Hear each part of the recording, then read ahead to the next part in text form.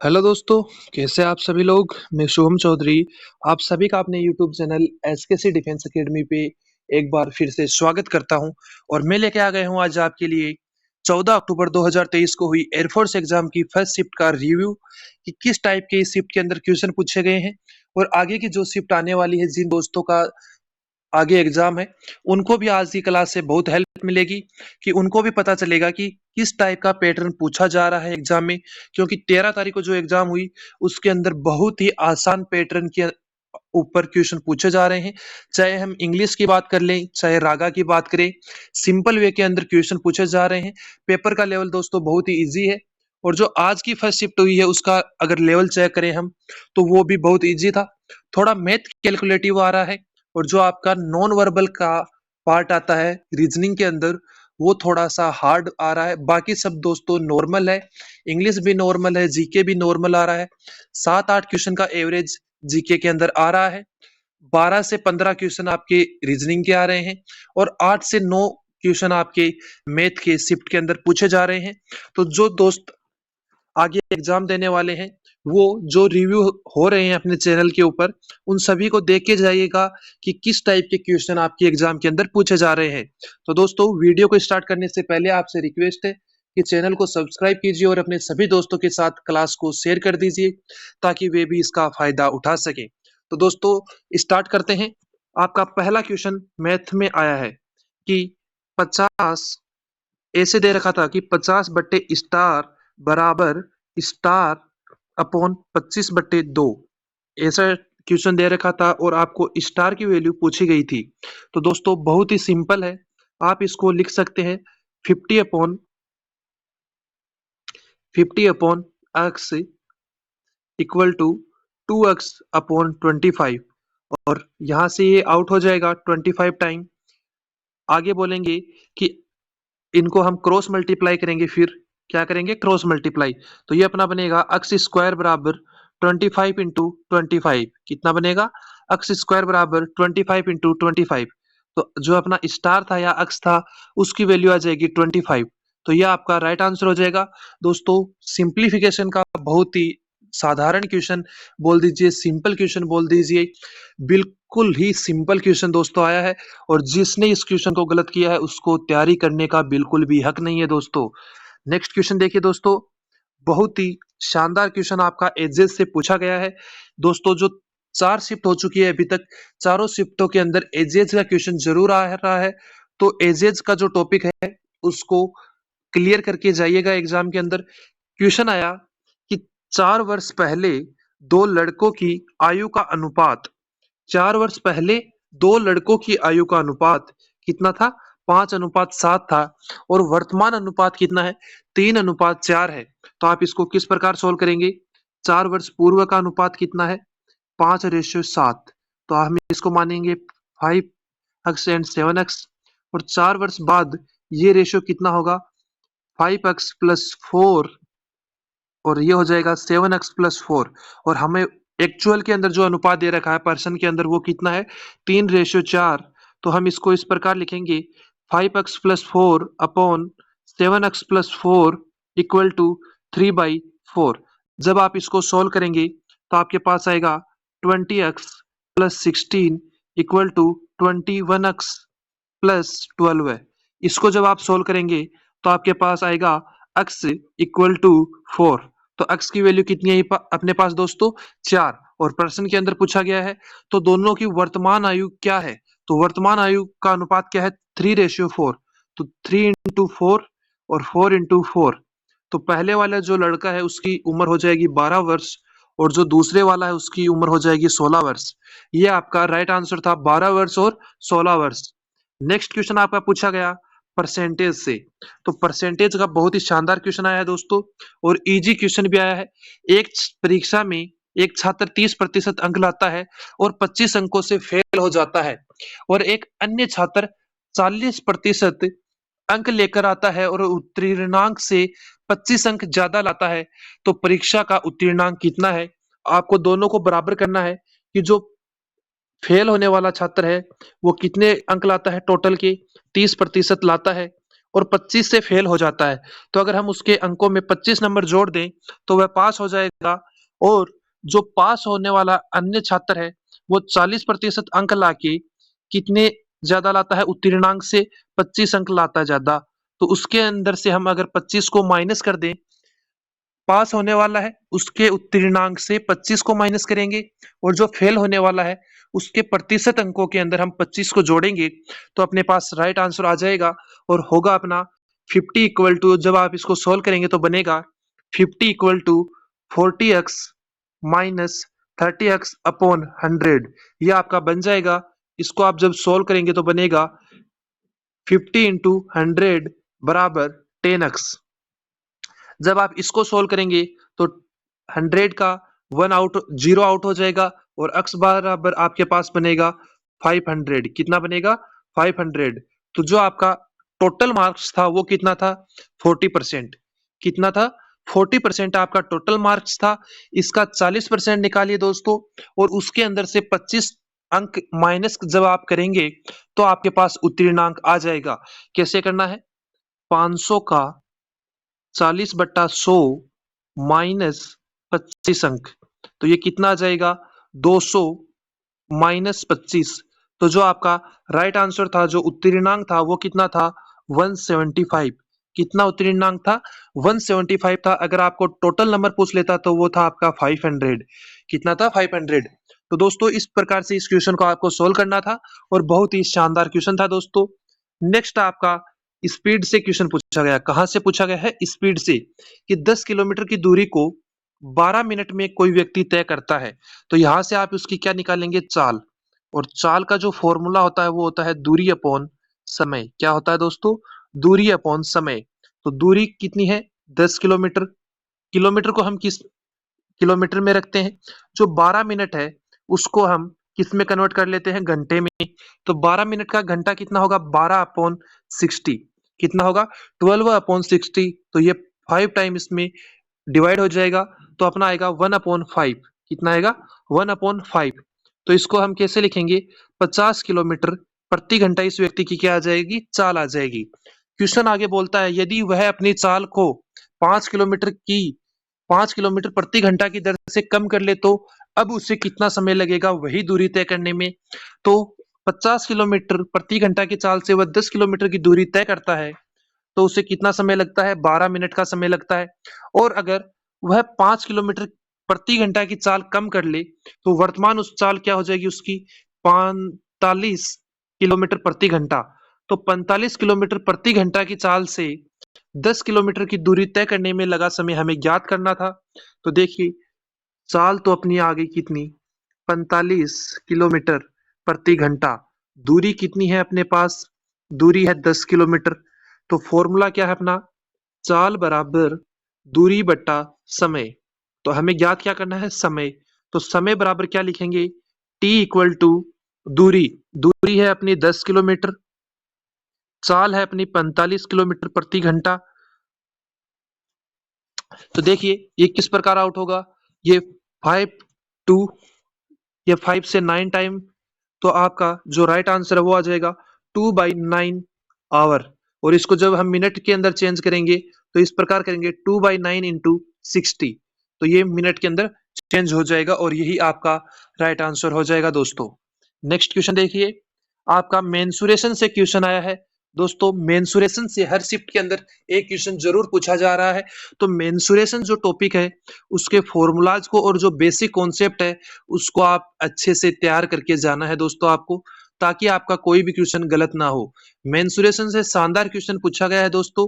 पूछा गया, आपको दिया गया कि एक होल है, एक होल दिया गया, उसकी लंबाई 15 मीटर और चौड़ाई 12 मीटर थी।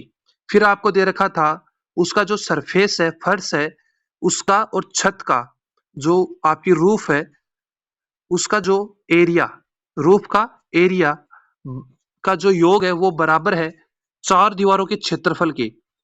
चारों दीवारों के क्षेत्रफल के बराबर है। तो आपको इसको सोल्व करना था दोस्तों। चारों दीवारों का जो फॉर्मूला होता है उसको आपको 12 इंटू 15 प्लस 12 इंटू 15, क्योंकि सरफेस जो आपका फर्श है उसका, और छत का क्षेत्रफल कितना होगा, लंबाई इंटू चौड़ाई। और चार दीवारों का जो क्षेत्रफल होता है वो होता है, दीवारों का क्षेत्रफल होता है वो होता है 2L+B इंटू एच, बराबर आपको रखना था 12 इंटू 15। 2 टाइम्स हम इसको कर लेते हैं, 2 से 2 आउट हो जाएगा, L+B इंटू एच। आपको दे रख क्या क्या दे रखा है इसमें, लंबाई दे रखी है, चौड़ाई दे रखी है। आप यहाँ से इसकी क्या याद कर लेंगे, कमरे की हाइट याद कर लेंगे। जब आपके पास तीनों वैल्यू आ जाएगी L, B और H, तो जब तीनों का आप मल्टीप्लाई करेंगे तो आपके पास आयतन निकल के आएगा, लंबाई गुणा चौड़ाई गुणा ऊंचाई, वही आपका क्या हो जाएगा, राइट आंसर हो जाएगा। नेक्स्ट क्वेश्चन देखिए, सीरीज से क्वेश्चन आया और बहुत ही शानदार क्वेश्चन आया दोस्तों सीरीज का। सीरीज से क्वेश्चन पूछा गया 2, 3, 6, 7, 14 और 15, और इसके आगे क्या आएगा। तो देखिए बहुत ही आसान क्वेश्चन है। 2 इंटू, देखिए 2 में एक जोड़ा कितना आया, 3।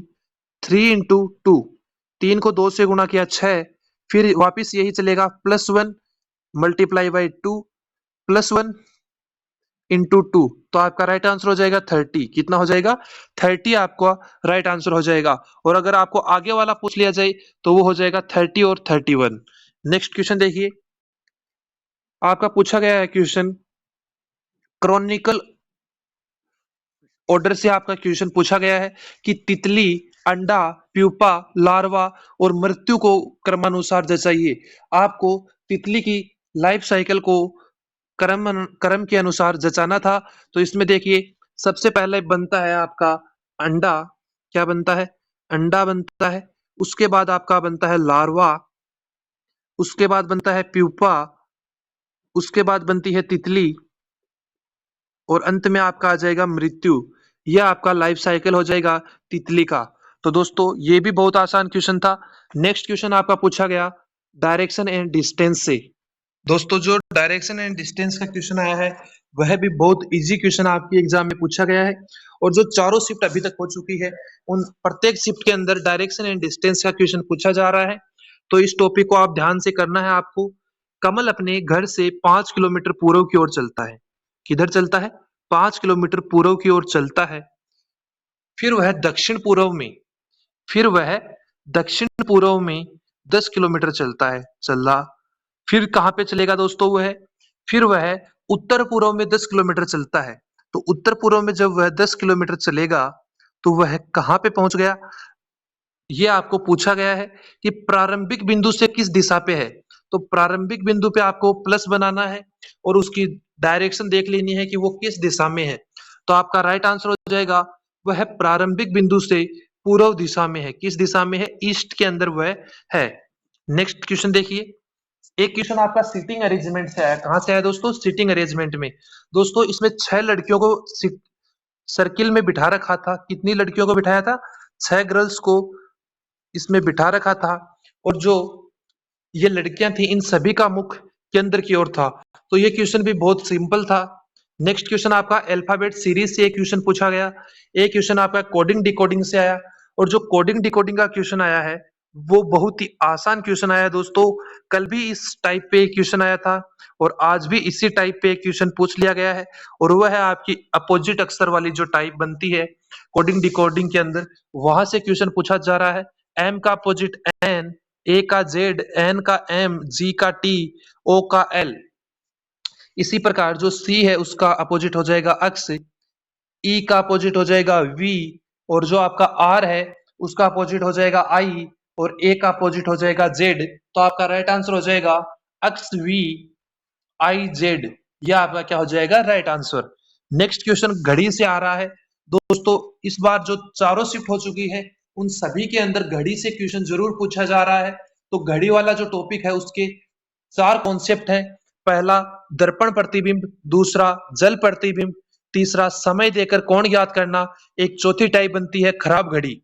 तो इन सभी को आप याद करके जाइएगा, जो इनके कॉन्सेप्ट है उनको देख के जाइएगा एग्जाम में जाने से पहले। तो देखिए फॉर्मूला है डायरेक्ट, थीटा बराबर 11/2m-30h। तो देखिए थीटा बराबर 11/2 गुणा मिनट की जगह 20 और 30 गुणा h की जगह 8 रखना था आपको। ये 10 टाइम हो जाएगा 110 माइनस 240, तो आपका जो एंगल आ जाएगा वो कितना आ जाएगा 031 130 डिग्री आपका क्या आ जाएगा एंगल आ जाएगा। नेक्स्ट क्वेश्चन देखिए वेन आरेख से। दोस्तों इस बार की जो शिफ्ट हो रही है उनमें वेन आरेख से भी एक क्वेश्चन कंफर्म आ रहा है। तो देखिए वेन आरेख से क्वेश्चन आया कि हवा, बर्फ और नाइट्रोजन का वेन आरेख क्या होगा। तो देखिए हवा, हवा के अंदर क्या होती है नाइट्रोजन, ये तो हो गई अपनी हवा, ये हो गई नाइट्रोजन, फिर बर्फ, तो बर्फ इन दोनों से अलग होती है, ये क्या हो जाएगी आइस। इस प्रकार का जिन्होंने वेन डायग्राम बनाया है उनका सही है। नेक्स्ट क्वेश्चन पूछा गया आपका जीके के अंदर, करंट से क्वेश्चन पूछा गया, करंट की योजनाओं के अंदर से क्वेश्चन पूछा गया है। और अभी चुनाव का माहौल चल रहा है दोस्तों, इसीलिए प्रधानमंत्री जो फसल बीमा है योजना है वहां से क्वेश्चन एग्जामिनर ने उठा लिया है। और जो प्रधानमंत्री फसल बीमा योजना कब शुरू हुई यह आपका क्वेश्चन था, तो इसका राइट आंसर हो जाएगा 18 फरवरी 18 फरवरी 2016 को प्रधानमंत्री फसल बीमा योजना की शुरुआत हुई थी। नेक्स्ट क्वेश्चन पूछा गया कंप्यूटर से कि इंटरनेट को इंटरनेट से डाटा को फोन में लेने के लिए क्या करना पड़ता है। तो इंटरनेट पे उपलब्ध डाटा को फोन में स्टोर करने के लिए हमें उसे डाउनलोड करना पड़ता है। क्या करना पड़ता है दोस्तों, डाउनलोड। बहुत ही आसान क्वेश्चन पूछा गया है दोस्तों। नेक्स्ट क्वेश्चन देखिए मेजर ध्यानचंद अवार्ड 2022 किसे मिला। तो आपका राइट आंसर होगा शरद कमल। किसे मिला था, शरद कमल को 2022 का मेजर ध्यानचंद अवार्ड मिला था। नेक्स्ट है ब्लैक बोर्ड के ब्लैक होने का कारण क्या है। बहुत ही आसान क्वेश्चन पूछ लिया गया है दोस्तों साइंस का कि ब्लैक बोर्ड के ब्लैक होने का क्या कारण है। तो सभी ने बता दिया होगा कि ब्लैक बोर्ड ब्लैक क्यों होता है, क्योंकि देखिए इसका राइट आंसर होगा क्योंकि काला रंग, काला रंग प्रकाश में विद्यमान, प्रकाश में विद्यमान सभी रंगों को, सभी रंगों को अवशोषित, सभी रंगों को अवशोषित कर लेता है। सभी रंगों को क्या कर लेता है, अवशोषित कर लेता है, इसीलिए जो हमें ब्लैक बोर्ड होता है वो काला दिखाई देता है। नेक्स्ट क्वेश्चन आपका पूछा गया कि चंपारण आंदोलन कब हुआ। तो देखिए चंपारण आंदोलन कब हुआ था, तो आपका राइट आंसर हो जाएगा 1970 1917 के अंदर चंपारण किसान आंदोलन हुआ था। यहाँ पे जो अंग्रेज थे वो लोगों से नील की खेती जबरदस्ती करवाते थे। कैसे करवाते थे, जबरदस्ती उनसे नील की खेती करवाया करते थे। नेक्स्ट है पृथ्वी के सबसे निकट परत कौन सी है। तो ये वायुमंडल से आपका क्वेश्चन आ चुका है कि वायुमंडल की जो परतें होती हैं 5 परतें हैं, वहां से आपका क्वेश्चन पूछा गया है कि पृथ्वी के सबसे निकट जो परत होती है वो कौन सी है। तो आपका राइट आंसर हो जाएगा क्षोभ मंडल, कि क्षोभ मंडल पृथ्वी के सबसे निकट परत है। इसको इंग्लिश में ट्रोपोस्फेयर कहा जाता है। क्या कहा जाता है, ट्रोपोस्फेयर कहा जाता है।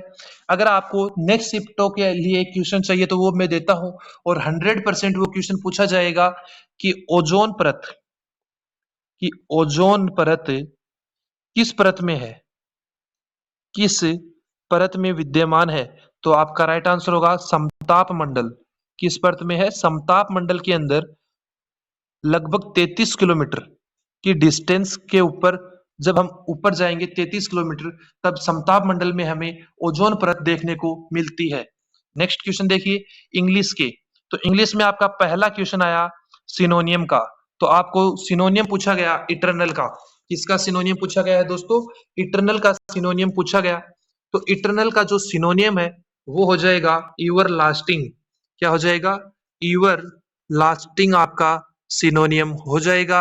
और अगर आपको एंटोनियम पूछ लिया जाता इटरनल का, तो वो क्या हो जाता आपका ट्रांजिस्ट। क्या होता है, TRANSIENT, ट्रांजिस्ट। नेक्स्ट आपका जेंटल का क्या पूछा गया आपको, एंटोनियम। तो जेंटल का एंटोनियम हो जाएगा, क्या हो जाएगा, हार्श। क्या हो जाएगा, हार्श। और सिनोनियम अगर जेंटल का आपको पूछ लिया जाए तो वो हो जाएगा माइल्ड। नेक्स्ट आपका क्वेश्चन आया कि सर एक्सपेंसिव का वर्ब बता दीजिए कि एक्सपेंसिव का वर्ब क्या होता है। तो एक्सपेंसिव का वर्ब होता है एक्सपेंड। क्या होता है दोस्तों? एक्सपेंड एक्सपेंसिव का वर्ब फॉर्म होता है। नेक्स्ट आपका स्पेलिंग एरर का क्वेश्चन आया था। जो कैंडिडेट एग्जाम दे के आए हैं उन्होंने मुझे दो स्पेलिंग बताई। बाकी के दो स्पेलिंग आप मुझे कमेंट बॉक्स में बताएंगे कि दो स्पेलिंग और कौन कौन से थे। उन्होंने बताया कि सर एक इम्बेरेंस का था, एक एग्जाम्पलरी का स्पेलिंग था और दो स्पेलिंग और थे।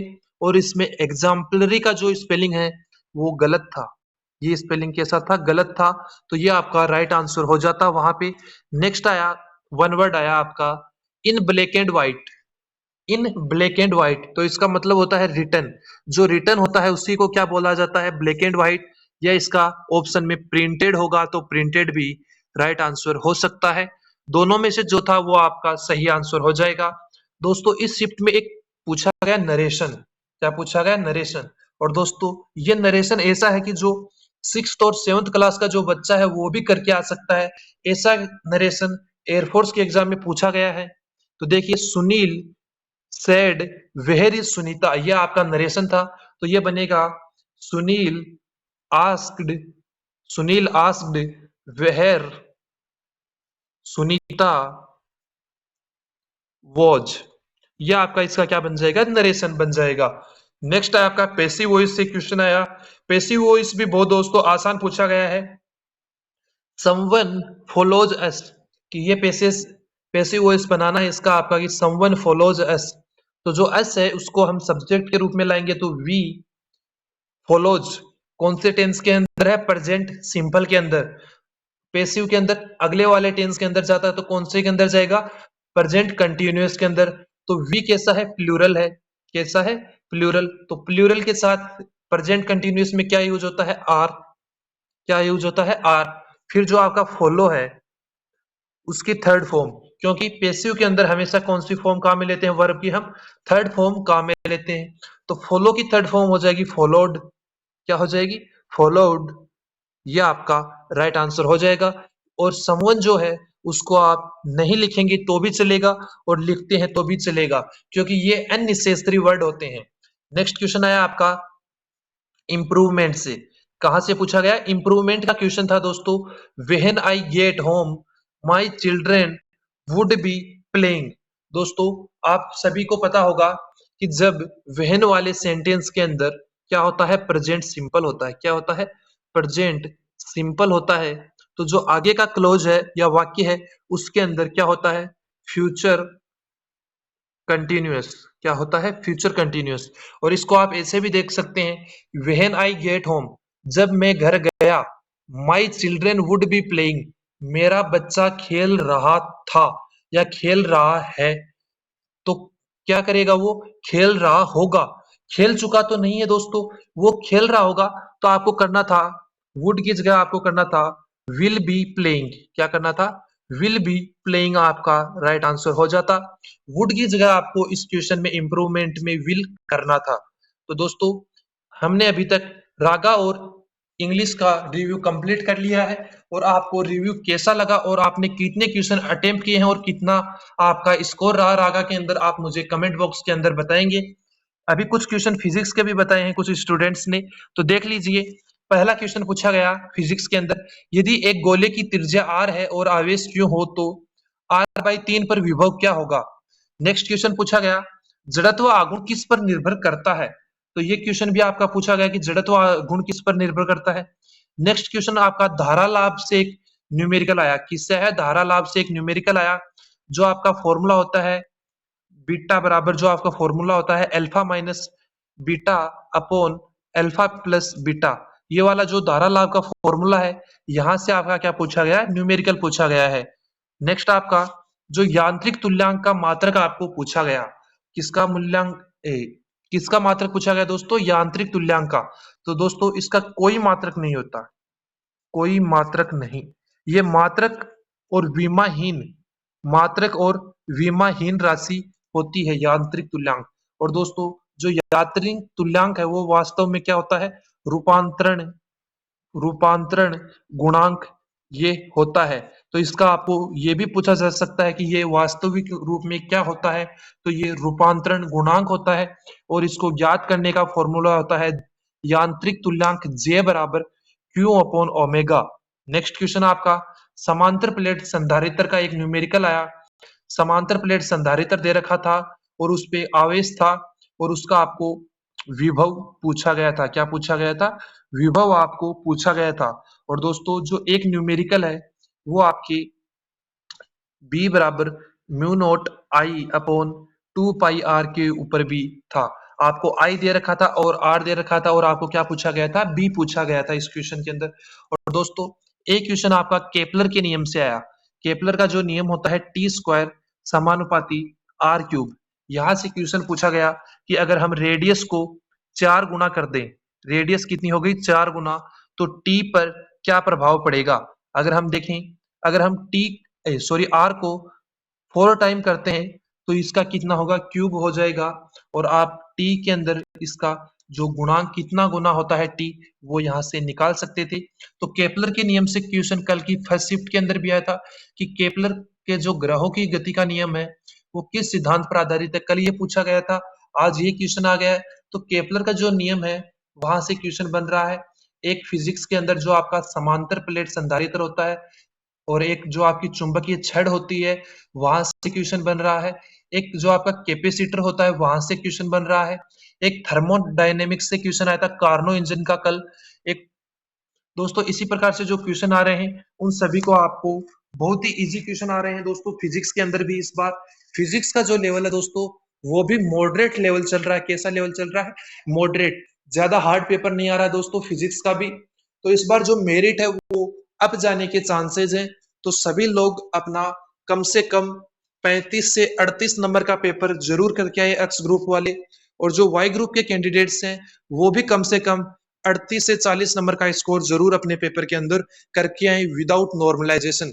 रो मार्क्स उनके जब 35 से 40 के बीच में होंगे दोनों ग्रुप्स के, टेक्निकल और नॉन टेक्निकल वालों के, तभी उनका फाइनल सिलेक्शन हो पाएगा इस बार। क्योंकि ये फर्स्ट इनटेक है और इसकी कट ऑफ हमेशा हाई जाती है दोस्तों। तो दोस्तों मिलते हैं अगले रिव्यू के अंदर, तब तक के लिए जय हिंद जय भारत।